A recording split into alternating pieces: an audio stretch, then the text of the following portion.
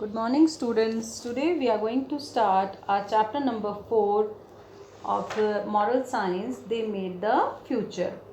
In this chapter, we will read about the two personalities, Jamshedji Tata and Sardar Vallabhbhai Patel. These are the two personalities who dreamed for the betterment of the nation. ये दो personalities हैं जिन्होंने न केवल अपने लिए सोचा बल्कि they thought for the betterment of nation, पूरे देश की भलाई के लिए सोचा. And they made their dreams come true, और उन्होंने जो सोचा, जो सपना देखा, उसे साकार भी कर दिखाया. Now let's start the chapter. To say that the future will take care of itself is an ridiculous as taking a long journey without enough food, money, and provisions and hoping for the best. We must always plan for the future.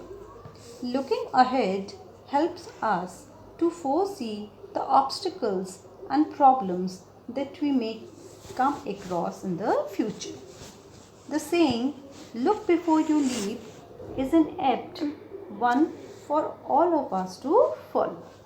Now student, in this chapter the future will take care of itself. इसमें कहा गया है कि कई लोग ऐसा मानते हैं कि भविष्य में जो होगा देखा जाएगा. वो भविष्य की चिंता बिल्कुल भी नहीं करते. But it is very ridiculous. ये बहुत ही बकवास चीज़ है. हमें ये बिल्कुल ऐसा ही है कि जैसे हम एक लंबी यात्रा पर निकल रहे हैं, वो भी बिना खाना का इंतज़ाम किए, बिना पैसे का इंतज़ाम किए, और हम ऐसा सोचते हैं कि जो होगा अच्छा ही होगा. हम अपनी यात्रा पर निकल जाते हैं बिना सोचे समझे, बिना प्लानिंग के हम आगे की तरफ बढ़ जाते हैं. हमें हमेशा अपने फ्यूचर को प्लान कर भविष्य के बारे में प्लानिंग कर आगे बढ़ना चाहिए. Looking ahead helps to forcing the obstacle, कि अगर हम भविष्य की योजनाएं बनाकर काम करेंगे तो हमारे सामने जो भी ऑब्स्टिकल्स मीन्स होता है रुकावटें, जो भी रुकावटें आएगी, जो भी समस्याएं आएंगी, हम उन्हें आसानी से पार कर जाएंगे. The saying look before you leap is an apt, कि किसी ने कहा है कि लुक बिफोर यू लीप, कि कभी भी आगे कदम बढ़ाने से पहले हमें अपना कदम देखभाल कर बढ़ाना चाहिए. इट इज़ एन एप्ट, ये बिल्कुल सुटेबल है, बिल्कुल सही है. And one has to follow, और हमें यही रूल फॉलो करना चाहिए कि जब भी हम अपना कदम भविष्य की तरफ आगे बढ़ाते हैं, कोई भी काम करने की योजना बनाते हैं, तो हमें उस योजना को सोच समझकर प्लानिंग के साथ ही बनाना चाहिए. We should not only plan our life but also think of the future of others around us. All famous inventors, scientists, explorers, reformers, and the statesmen have worked for the future of their fellow men. They had done things for the benefit of millions of people. They had made plans and carted for future generation as well as their own. Men of vision do not confine their activities to the present day but look well ahead into the distant future. Now student, we should plan our activities. हमें जो activities हैं, अपनी जो योजनाएं हैं, activities हैं, अपनी planning है लाइफ की, वो ना केवल अपने को सोचकर बनानी चाहिए but for the future of other around us, कि हमारे आसपास के जो लोग हैं उनके बारे में, उनके भविष्य के बारे में भी सोचकर हमें अपनी योजनाएं बनानी चाहिए. इंडिया में बहुत सारे इन्वेंटर्स हुए हैं, फेमस साइंटिस्ट हुए हैं, रिफॉर्मर्स हुए हैं, समाज एक्सप्लोरर्स हुए हैं, जिन्होंने वर्क किया, जिन्होंने काम किया for the future of the fellow man. अपने जो फेलो मीन्स होता है आसपास के जो लोग हैं, फ्रेंड्स हैं, उनके भविष्य के लिए उन्होंने काम किया. They did the things for the benefit, और उन्होंने जो काम किया उससे हज़ारों लोग जो थे उनको बेनिफिट मिला, लाभ मिला. दे मेड द प्लान्स, उन्होंने ऐसी योजनाएं बनाई जो फ्यूचर जनरेशन के लिए बहुत ज़्यादा लाभदायक योजनाएं थी, उनके लिए बहुत ज़्यादा अच्छी योजनाएं थी. Men of vision do not confine their activities to the present day, कि जो मेन ऑफ विजन होते हैं, यानी जो दूर दृष्टि रखकर सोचते हैं, जो दूर का सोचते हैं, उनकी एक्टिविटीज़ प्रेजेंट डे तक ही सीमित नहीं रहती कि हम आज क्या कर रहे हैं, बट दे लुक अहेड, वो हमेशा आगे का विचार करते हैं, अपने फ्यूचर के बारे में योजनाएं पहले तैयार कर लेते हैं. So student, in this chapter we will read about two such personalities which work for the development of their nation. First one is Jamshedji Tata. Jamshedji Tata, the great Indian industrialist, had a dream. He foresaw that India must develop industrially in order to progress. With this vision, he built the township of Jamshedpur, which is now a large industrial city. More than 70 years ago, Jamshedji laid the foundation for a strong industrial base in Jamshedpur city. Soon, many industries and industrial towns sprang upon in India. Now student की first personality which we are reading about is Jamshedji Tata. कि Jamshedji Tata India के बहुत बड़े industry थे और उनका एक dream था, उनका एक सपना था कि वो एक इंडिया को डेवलप्ड इंडस्ट्रियल नेशन, एक प्रोग्रेस इंडस्ट्रियल नेशन के रूप में डेवलप करना चाहते थे. और इसी विजन के साथ अपने इसी सपने को साकार करने के लिए उन्होंने जमशेदपुर में एक बहुत बड़ी इंडस्ट्रियल सिटी की योजना बनाई और वहाँ पे बहुत सारी इंडस्ट्री इस्टेब्लिश की. मोर देन 70 ईयर्स एगो, आज से लगभग 70 साल से भी पहले जमशेदजी टाटा ने जमशेदपुर में foundation of strong industrial base है जमशेदपुर सिटी का इस्टेब्लिश किया और वहाँ पे बहुत सारी इंडस्ट्रीज़ को इस्टेब्लिश किया. और जल्दी ही उस पूरे एरिया में और भी बहुत सारी इंडस्ट्रीज़ डेवलप हुई और जिसने इंडिया को डेवलप होने में एक इम्पॉर्टेंट रोल प्ले किया. Jamshedji foresight helped India to lessen her dependence on her agriculture produce. We are now able to produce machinery and enough essential goods to meet our requirements. Many of our goods are exported to other countries. With the money we earn from exports, we are able to purchase scarce commodities such as oil. Jamshedji Tata एक foresight यानी आगे के भविष्य को देखने वाले व्यक्ति थे और उन्होंने उनकी इसी सोच के साथ इंडिया को लेसन किया development for the agriculture produce की all the Indians were firstly India was in agriculture country. Bharat एक कृषि प्रधान देश था, लेकिन जब जमशेदजी टाटा ने इंडस्ट्री इस्टेब्लिश की, फैक्ट्रियां लगवाई, तो इससे बहुत सारे लोगों को रोज़गार मिला, नौकरियां मिली और इंडिया की जो डिपेंडेंस थी एग्रीकल्चर पे, भारतीय लोगों की जो खेती पर पूरी तरह निर्भर थे, उनमें से बहुत सारे लोगों को इंडस्ट्रीज़ में नौकरी करने का चांस दिया, तो डिपेंडेंस एग्रीकल्चर पे कम हो गई. We are now able to produce machines बनाने लगे and enough essential goods to meet our requirement. और उन फैक्ट्रीज़ में एसेंशियल गुड्स बनाए, जो ज़रूरी गुड्स थे, सामान था, वो बनाने जाने लगा जो हमारी रिक्वायरमेंट को फुलफ़िल करता था. मैनी गुड्स वर एक्सपोर्टेड, बहुत सारे ऐसे सामान थे जो इंडिया एक्सपोर्ट किया करता था अदर कंट्रीज़ को.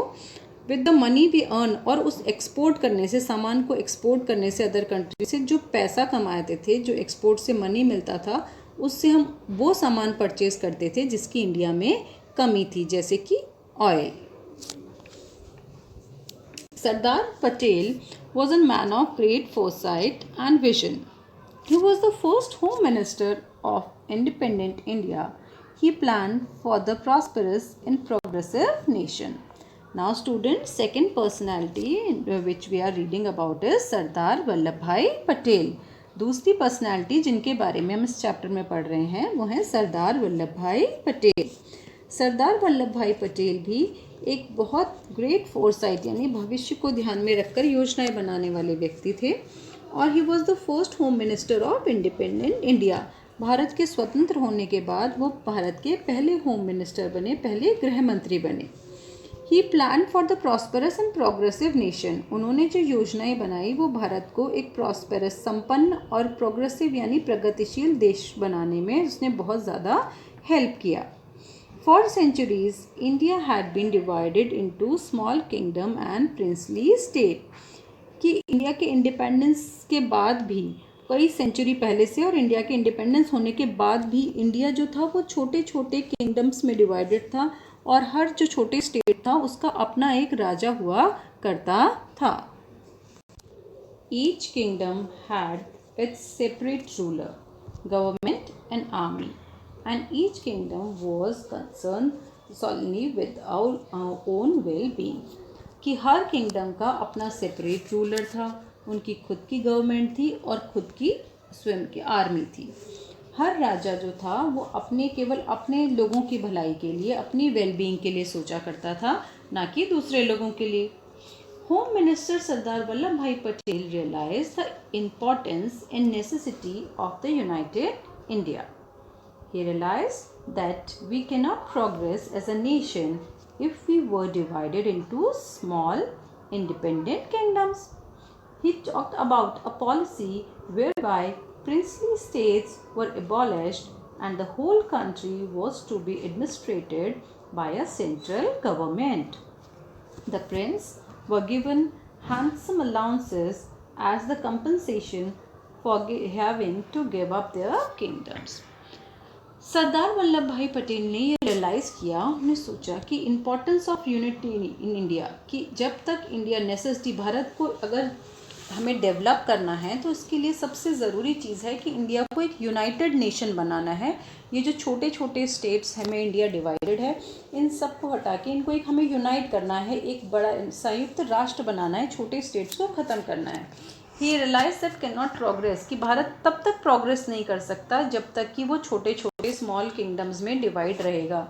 तो इसके लिए उन्होंने जो छोटे छोटे स्टेट्स के रूलर्स थे उन सब से बात की, उन्होंने to abolish the whole country, उन्होंने समझाया कि हम जो छोटे स्टेट्स हैं उनको एबॉलिश कर देंगे। एबॉलिश करना मीन्स होता है ख़त्म कर देना, और इंडिया को एक पूरा होल नेशन, एक राष्ट्र बनाएंगे जिसमें रूल करेगी सेंट्रल गवर्नमेंट। केवल एक ही सरकार होगी, सेंट्रल गवर्नमेंट, और ये छोटे छोटे जो स्टेट्स हैं वो सारे मिलकर एक देश बन जाएंगे।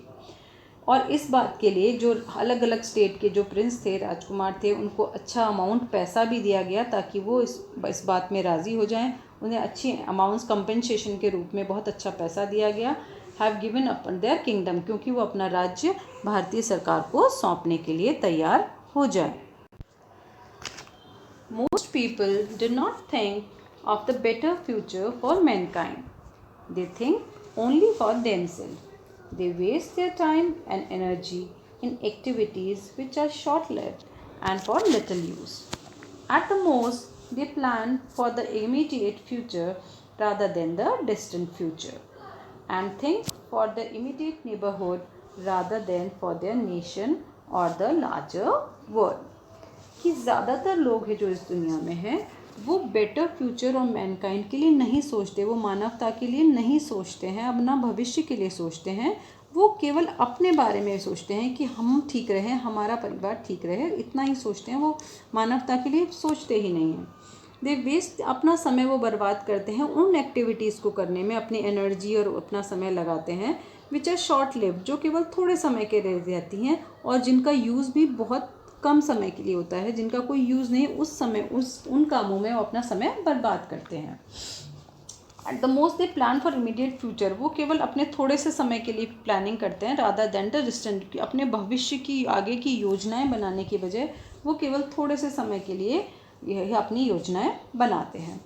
वो अपने आसपास के लोगों के बारे में, दो चार लोगों के नेबरहुड के बारे में सोचते हैं, रादर देन द नेशन, कि अपने देश के बारे में कोई नहीं सोचता, पूरी दुनिया के बारे में कोई नहीं सोचता। जो भी सोच होती है वो लोगों की अपने तक या अपने आसपास के दो चार लोगों तक ही सीमित होती है। ना वो देश के बारे में सोचते हैं, ना वो दुनिया के बारे में विचार करते हैं।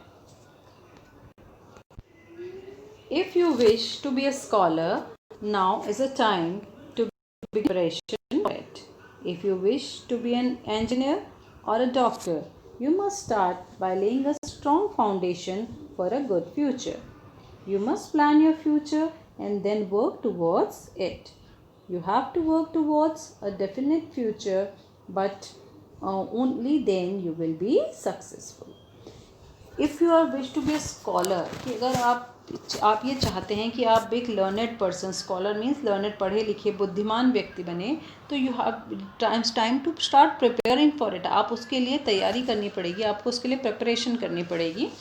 And if you wish to be an engineer, अगर आप एक डॉक्टर या इंजीनियर बनना चाहते हैं तो उसके लिए आपको स्ट्रॉन्ग फाउंडेशन, एक मजबूत नींव की ज़रूरत है फॉर द गुड फ्यूचर, जिससे कि आपका भविष्य अच्छा बन सके। बिना तैयारी के, बिना फाउंडेशन के आप ना डॉक्टर, इंजीनियर नहीं बन सकते हैं। You must plan for your future, आपको हमेशा अपने फ्यूचर की प्लानिंग करके काम करना चाहिए और उसके पहले आप योजना बनाएं, उसके बाद उस पे ऊपर काम करें।